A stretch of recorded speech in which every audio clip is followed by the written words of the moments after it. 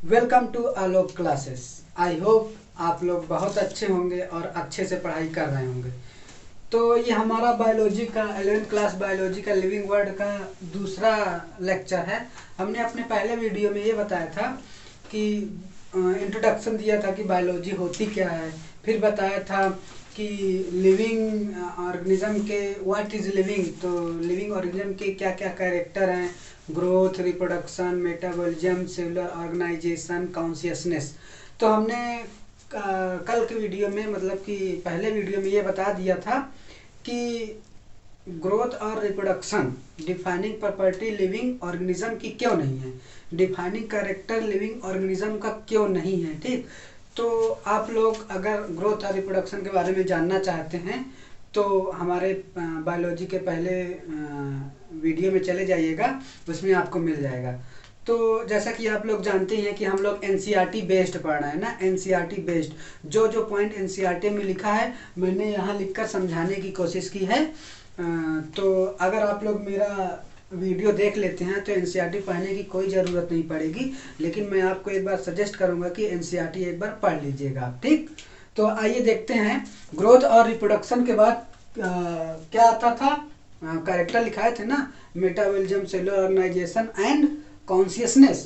तो ये जो मेटाबॉलिज्म, सेलुलर ऑर्गेनाइजेशन और कॉन्शियसनेस था, ये लिविंग फॉर्म का डिफाइनिंग कैरेक्टर था, इनका कोई एक्सेप्शन ही नहीं है। ठीक, ये नॉन लिविंग में होते ही नहीं, पाए ही नहीं जाते, इसलिए ये डिफाइनिंग कैरेक्टर है लिविंग फॉर्म का। तो आप लोग अगर कंपटीशन के होंगे तो आपका यही काम चल जाएगा कि मेटाबॉलिज्म, सेलुलर ऑर्गेनाइजेशन और कॉन्शियसनेस ये लिविंग फॉर्म के डिफाइनिंग कैरेक्टर हैं। ठीक, तो आइए देखते हैं कि मेटाबॉलिज्म होता क्या है। ठीक, कल मैंने बताया था कि मेटाबॉलिज्म होता क्या है। मेटाबॉलिज्म में एनाबॉलिज्म और कैटाबॉलिज्म आता है। जब एनाबॉलिज्म ज़्यादा होता है, एनाबॉलिज्म मतलब सिंथेटिक रिएक्शन, जब एनाबॉलिज्म कैटाबॉलिज्म से ज़्यादा हो जाता है तो हमारी ग्रोथ होती है, वेट बढ़ता है। जब कैटाबॉलिज्म एनाबॉलिज्म से ज़्यादा हो जाता है तो हमारी ग्रोथ नेगेटिव ग्रोथ में चली जाती है। ठीक, तो आइए देखते हैं अब मेटाबॉलिज्म। मेटाबॉलिज्म में क्या लिखा है, the sum total of all the chemical reaction occurring in our body is metabolism. जितने भी केमिकल रिएक्शन हमारे बॉडी के अंदर होते हैं सभी रिएक्शंस को हम मेटाबॉलिज्म कहते हैं। उसमें एनाबॉलिज्म और कैटाबॉलिज्म दो टाइप के होते हैं। तो एनाबॉलिज्म और कैटाबॉलिज्म तो हम कल ही पढ़ चुके हैं। तो अब ये जान जाइएगा कि जितने भी रिएक्शंस हमारे बॉडी के अंदर होता है उसको क्या कहते हैं, मेटाबॉलिज्म, सभी रिएक्शंस को। ठीक, अब देखिए दूसरा पॉइंट क्या है, all living organism both unicellular and multicellular exhibit metabolism. तो यूनिसेलुलर और मल्टीसेलुलर ऑर्गेनिज्म हम कल की वीडियो में बता दिए थे कि यूनिसेलुलर और मल्टीसेलुलर ऑर्गेनिज्म होता क्या है।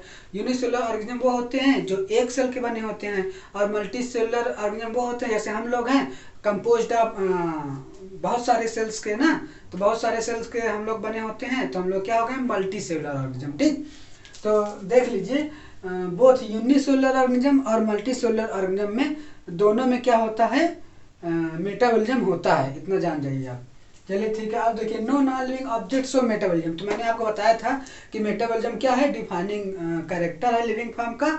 तो ये नॉन लिविंग में पाया ही नहीं जाएगा, इसका कोई एक्सेप्शन नहीं होगा, इसलिए ये डिफाइनिंग कैरेक्टर है। ठीक, तो no non living objects of metabolism इतना जान गए आप। अब देखिए फोर्थ पॉइंट क्या लिखा है, द आइसोलेटेड मेटाबॉलिक रिएक्शन। देखिए इसमें क्या लिखा है, मैं बता रहा हूँ कि अगर किसी लिविंग ऑर्गेनिज्म से उनके उसके अंदर जो रिएक्शंस हो रही हैं वो हम उसको आइसोलेट करके लैब में, टेस्ट ट्यूब में उस रिएक्शन को करते हैं, तो जब वो लिविंग ऑर्गेनिज्म के बॉडी के आउटसाइड चली जाएगी तो उसको हम ना तो उस रिएक्शन को जो टेस्ट ट्यूब में परफॉर्म कर रहे हैं वो लिविंग रिएक्शंस ही होगी, लेकिन हम उसको ना तो जो लिविंग बॉडी के अंदर जो रिएक्शंस हो रही थी उसको हमने आइसोलेट करके टेस्ट ट्यूब में, लैब में रिएक्शंस करवाया, तो उस रिएक्शन को ना तो हम लिविंग कहेंगे ना तो हम नॉन लिविंग कहेंगे। यही लिखा देखिए, the isolated metabolic reaction outside the body of an organism perform in test tube in vitro neither living nor non living reaction. ठीक, ना तो हम उसको लिविंग कहेंगे ना तो नॉन लिविंग कहेंगे। जो टेस्ट ट्यूब में हम लोग रिएक्शन परफॉर्म करते हैं उसको क्या कहते हैं, इन विट्रो। ठीक, अब देखिए फिफ्थ पॉइंट क्या है, these isolated reaction can not be regarded as living things but they are definitely living reaction. देखिए इसमें क्या कह रहा है, जो हम टेस्ट ट्यूब में रिएक्शंस कर रहे हैं, जो लिविंग ऑर्गेनिज्म से आइसोलेट करके हम टेस्ट ट्यूब में परफॉर्म कर रहे थे, तो इसमें क्या करें, वो रिएक्शंस लिविंग थिंग्स नहीं है, बट वो तो लिविंग के अंदर से ही निकाली गई है, किसी भी लिविंग ऑर्गेनिज्म के अंदर से ही निकाली गई है ना, तो डेफिनेटली वो लिविंग रिएक्शन होगी। ठीक, तो वही एनसीईआरटी यही कह रहा है। अब देखिए, अब इसमें 6 पॉइंट क्या है, all plants animal fungi and microbe exhibit metabolism. तो सभी देखिए प्लांट्स सभी एनिमल्स, फंजाई, माइक्रोब, सभी लोग मेटाबॉलिज्म एग्जिबिट करते हैं, मतलब कि मेटाबॉलिज्म परफॉर्म करते हैं, सभी के अंदर होता है, इसीलिए ये डिफाइनिंग प्रॉपर्टी है लिविंग फॉर्म की। ठीक, अब देखिए defining character of living form, वही लिखा है defining character of living form. तो आप लोग जान जाइएगा कि मेटाबॉलिज्म लिविंग फॉर्म का डिफाइनिंग प्रॉपर्टी है। बस इतना बताने के लिए मैंने ये इन सब पॉइंट को लिखकर एक्सप्लेन किया कि जब आप लोग मेटाबॉलिज्म जो एनसीईआरटी में लिखा है उसको पढ़ें तो आपको बहुत अच्छे से समझ में आएगा। ये सब एनसीईआरटी का ही पॉइंट है। ठीक, आप इसको नोट करिए, फिर हम दूसरा बताते हैं। अब हम आते हैं नेक्स्ट लिविंग ऑर्गेनिज्म के कैरेक्टर के बारे में। तो उसमें क्या है, सेलुलर ऑर्गेनाइजेशन।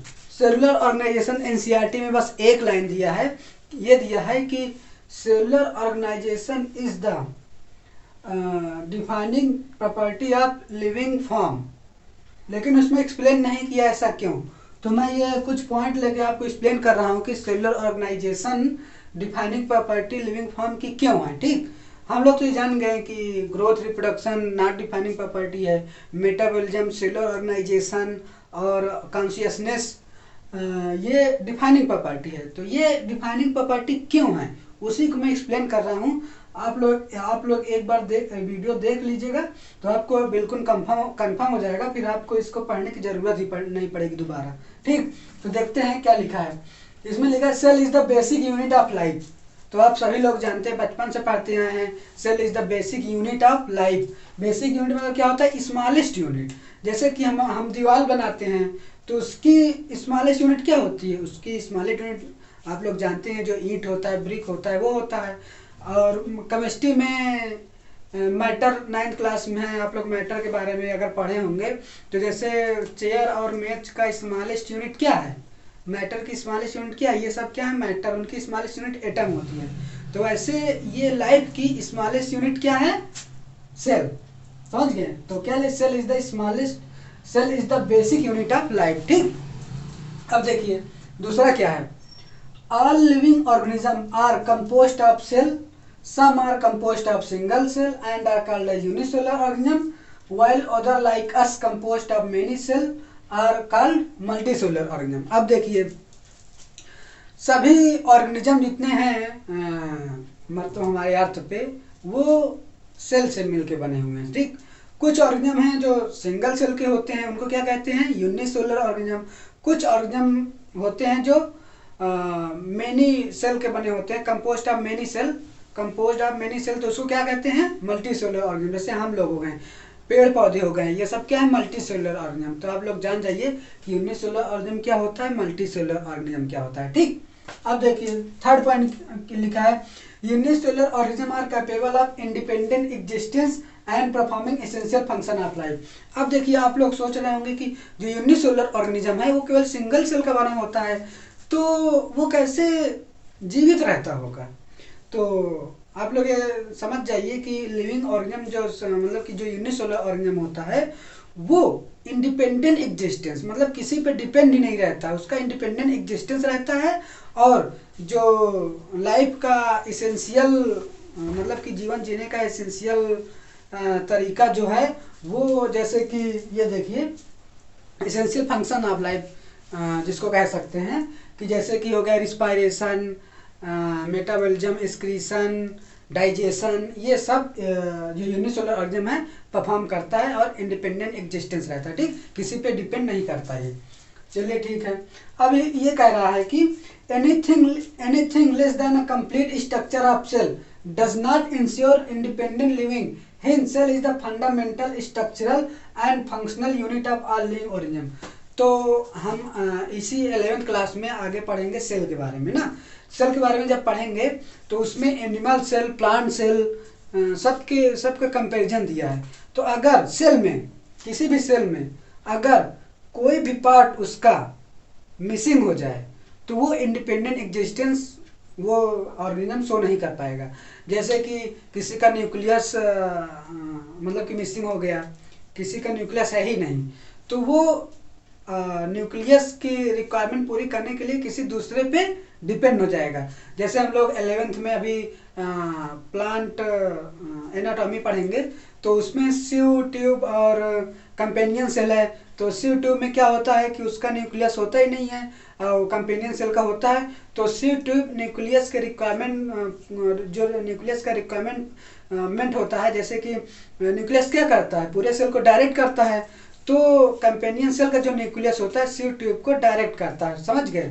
तो न्यूक्लियस के लिए सीव ट्यूब कंपेनियन सेल पे डिपेंड हो जाता है। तो इसीलिए यही कह रहा है, anything less than a complete structure of cell does not ensure independent living, hence cell is the fundamental structural and functional unit of all living organism. तो इसीलिए क्या है फंडामेंटल स्ट्रक्चरल, तो इसमें क्या है कि फंडामेंटल मतलब जान जाते बहुत जरूरी, मतलब कि इसको आप प्रकार से जैसे फंडामेंटल राइट्स होता है, मौलिक राइट्स, हमारा जन्मसिद्ध अधिकार, तो इसका मतलब यह है कि फंडामेंटल स्ट्रक्चरल बहुत जरूरी सेल लिविंग बॉडी का fundamental structural and functional unit of all living, वो फंक्शनल यूनिट भी है, फंडामेंटल स्ट्रक्चरल है।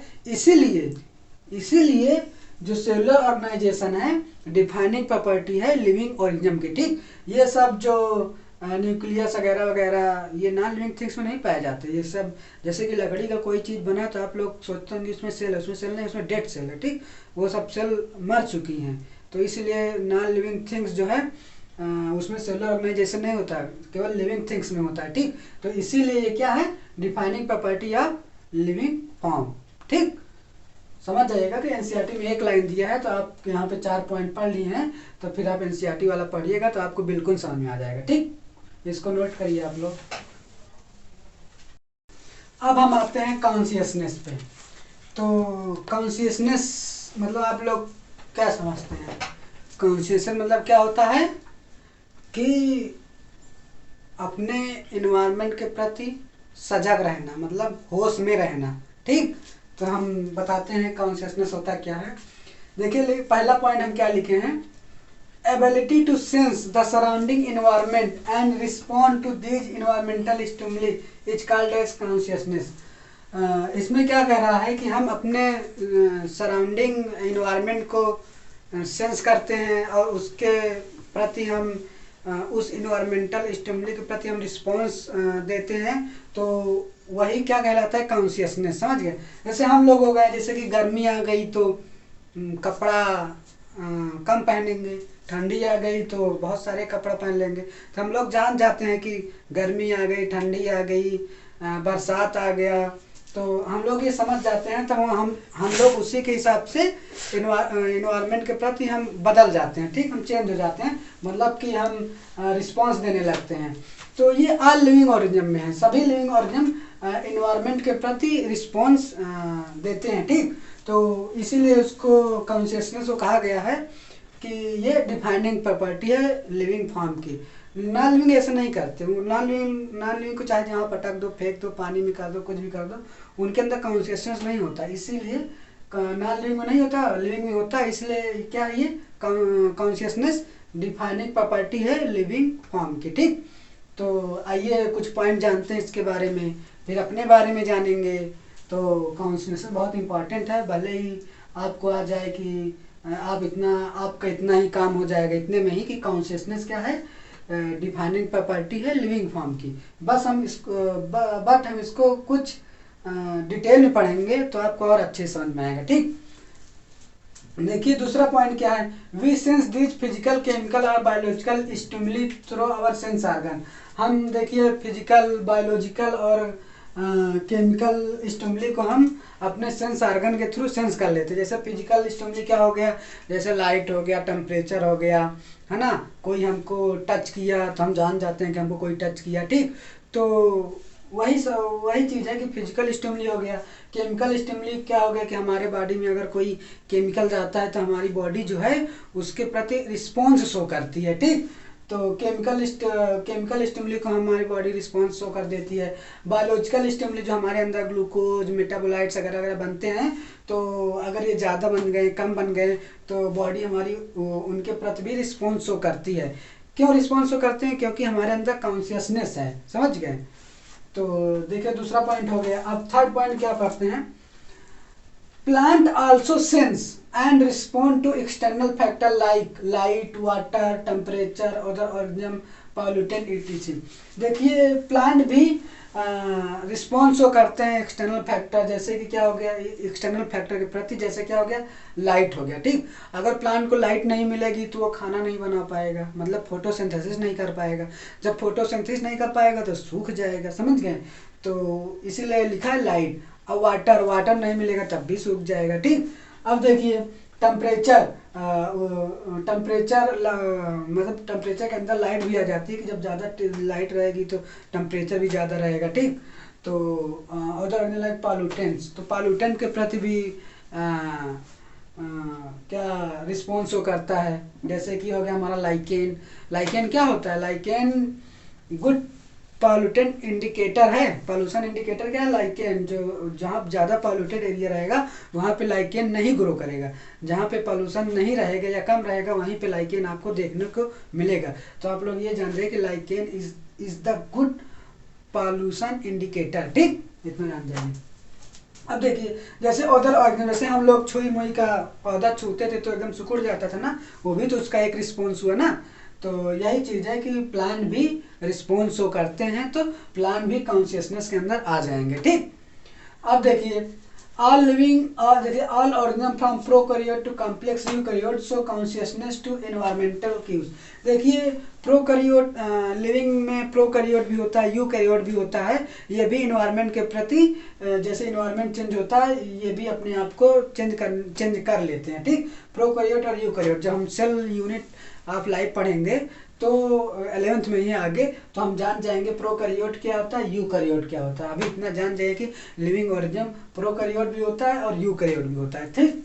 अब देखिए पांचवा क्या है, some common example of consciousness can be seen in organism life. कुछ कॉमन एग्जांपल कॉन्शियसनेस के हम देख लेते हैं, कौन से ऑर्गेनिज्म शो करते हैं। देखिए plant perform flowering in a particular season. जब पार्टिकुलर सीजन आएगा तो तभी तो प्लांट में फूल लगेगा। तो कोई सीजन है, मैं भूल गया हूँ, उसमें अच्छा ही सीजन है लेकिन मैं इस समय दिमाग में नहीं आ रहा है। जब वो सीजन आता है तो प्लांट अपना फ्लावरिंग परफॉर्म करने लगता है, ठीक। अब देखिए जो प्लांट फ्लावरिंग परफॉर्म करता है तो उसको क्या कहते हैं, फोटो पीरियडिज्म, ठीक। Plant perform flowering in particular season, इसको क्या कहते हैं, फोटो पीरियडिज्म। अब देखिए some animal perform breeding in a particular season only, seasonal breeder. Some animals क्या करते हैं, जो सीजनल ब्रीडर होते हैं वो जब एक पार्टिकुलर सीजन आएगा तभी वो ब्रीडिंग परफॉर्म करेंगे। ब्रीडिंग मतलब रिप्रोड्यूस करना, मतलब कि अपने प्रोजनी को रिप्रोड्यूस करना। तो वही है कि सीजनल ब्रीडर जब उनका पार्टिकुलर सीजन आएगा तभी वो रिप्रोडक्शन परफॉर्म करेंगे, तभी वो रिप्रोड्यूस करेंगे, ठीक। जैसे इन्वायरमेंट में चेंज हो जाता है तो हमारे एनिमल्स के पास तो घड़ी वगैरह वगैरह होती नहीं है। उनको इन्वायरमेंट में जब चेंज होता है तभी तो उनको पता चलता है कि कौन सा सीजन आ गया वगैरह वगैरह, ठीक।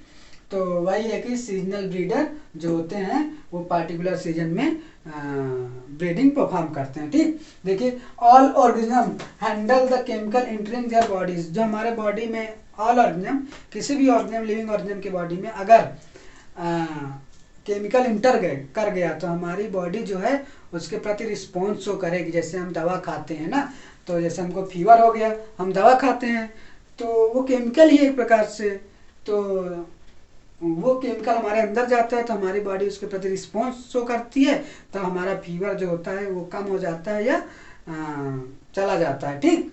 तो आप लोग इसको नोट करिए। अभी कॉन्शियसनेस में मैं और चीज़ें बताऊंगा, जैसे कि कोमा पेशेंट हो गया है ना, तो उसके बारे में जो हम अपने बारे में जानते हैं कि हमारे अंदर कॉन्शियसनेस किस लेवल का होता है ना। तो देखिए देखते हैं क्या लिखा है इसमें, very high level of consciousness is found in us, मतलब human beings, because of our very well developed nervous system and supreme level of skill of communication which is called as self consciousness. हमारे अंदर क्या होता है, हमारे अंदर consciousness जो होता है वो बहुत हाई लेवल का होता है, सुप्रीम लेवल का होता है। क्यों? क्योंकि हमारा जो नर्वस सिस्टम है पूरा वेल डेवलप्ड नर्वस सिस्टम है, ठीक, वेल डेवलप्ड नर्वस सिस्टम है।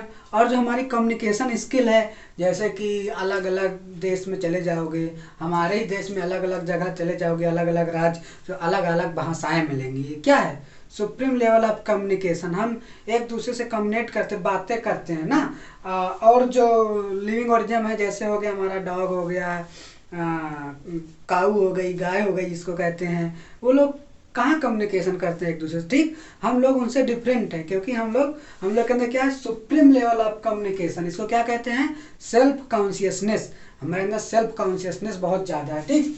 देखिए self consciousness present in only human.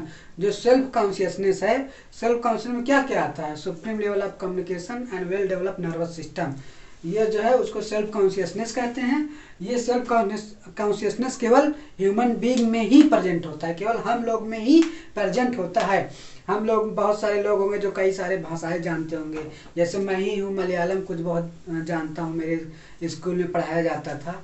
तो यही है कि हम लोग अलग अलग भाषाओं में बोलते हैं, एक दूसरे से कम्युनिकेट करते हैं, तो सेल्फ कॉन्शियसनेस के अंदर आ जाएगा, ठीक।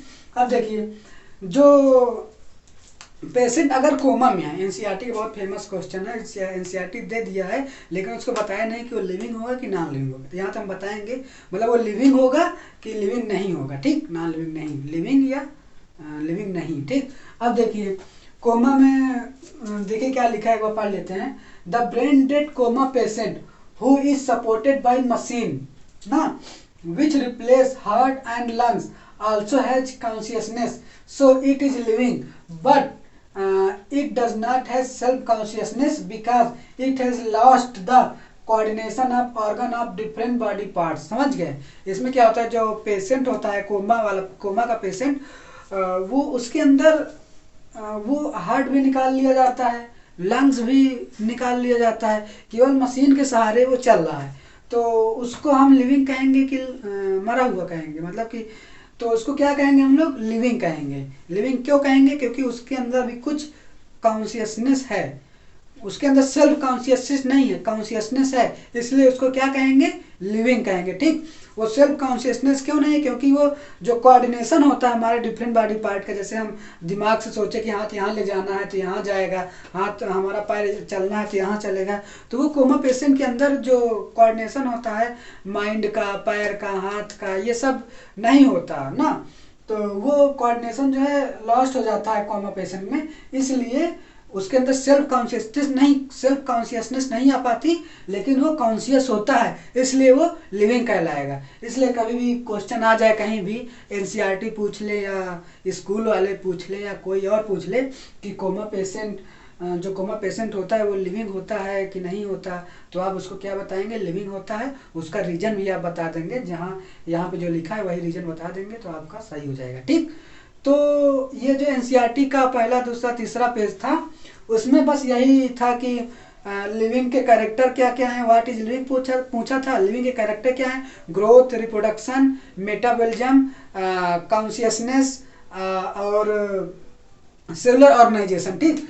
तो उसमें बस यही पूछा था कि लिविंग का डिफाइनिंग कैरेक्टर कौन है और कौन लिविंग का डिफाइनिंग कैरेक्टर नहीं है, ठीक। डिफाइनिंग कैरेक्टर भी आप लोग जान गए होंगे कि character which has no exception, जिस कैरेक्टर कोई एक्सेप्शन ही ना हो, वो केवल लिविंग में पाया जाए, नॉन लिविंग में ना पाया जाए, ठीक। तो वही हो गया। देखिए तो हम लोगों ने पढ़ा था ग्रोथ, बस आपको ये इतना ही जानना है इसमें कि ग्रोथ और रिप्रोडक्शन क्या है, वो डिफाइनिंग प्रॉपर्टी नहीं है, क्योंकि ग्रोथ लिविंग और नॉन लिविंग दोनों में पाया जाता है और रिप्रोडक्शन नॉन लिविंग में नहीं पाया जाता। बट नॉन लिविंग तो रिप्रोड्यूस नहीं कर सकती, बट कुछ लिविंग भी होते हैं जो रिप्रोड्यूस नहीं कर सकते, इसलिए ये डिफाइनिंग प्रॉपर्टी नहीं है। जो मेटाबॉलिज्म, कॉन्शियसनेस और सेलुलर ऑर्गेनाइजेशन है, ये केवल लिविंग में होते हैं, इसलिए ये डिफाइनिंग प्रॉपर्टी है। ठीक, जो नीट में क्वेश्चन आता है इस चैप्टर से, इस तीनों पेज से, तो यही पूछता है डिफाइनिंग कैरेक्टर। तो आप लोग इतना जान, अब मैं इसको पूरा अच्छे से एक्सप्लेन कर चुका हूँ। अब आप एनसीईआरटी पढ़िए तो आपको बहुत अच्छी समझ में आएगा, पूरी लाइन आपको समझ में आएगी क्या क्या लिखा है। ठीक, तो मैं यही आशा करूँगा कि आप लोग मेरे लेक्चर के बाद एनसीईआरटी जरूर पढ़ेंगे, समझेंगे। ठीक, और अगर वीडियो मैंने इसको थ्योरेटिकल था तो मैंने इसको बोर्ड पे लिख के समझाने की कोशिश की है। तो आप लोग नीचे कमेंट में या मेरे वीडियो को लाइक करके ये इंडिकेशन दे सकते हैं कि मेरा जो वीडियो है ये अच्छा है। आप लोग चाहते हैं कि मैं इसी तरह और अच्छे से वीडियो बनाता रहूं, तो आप लोग कमेंट जरूर करिएगा। ठीक, थैंक यू।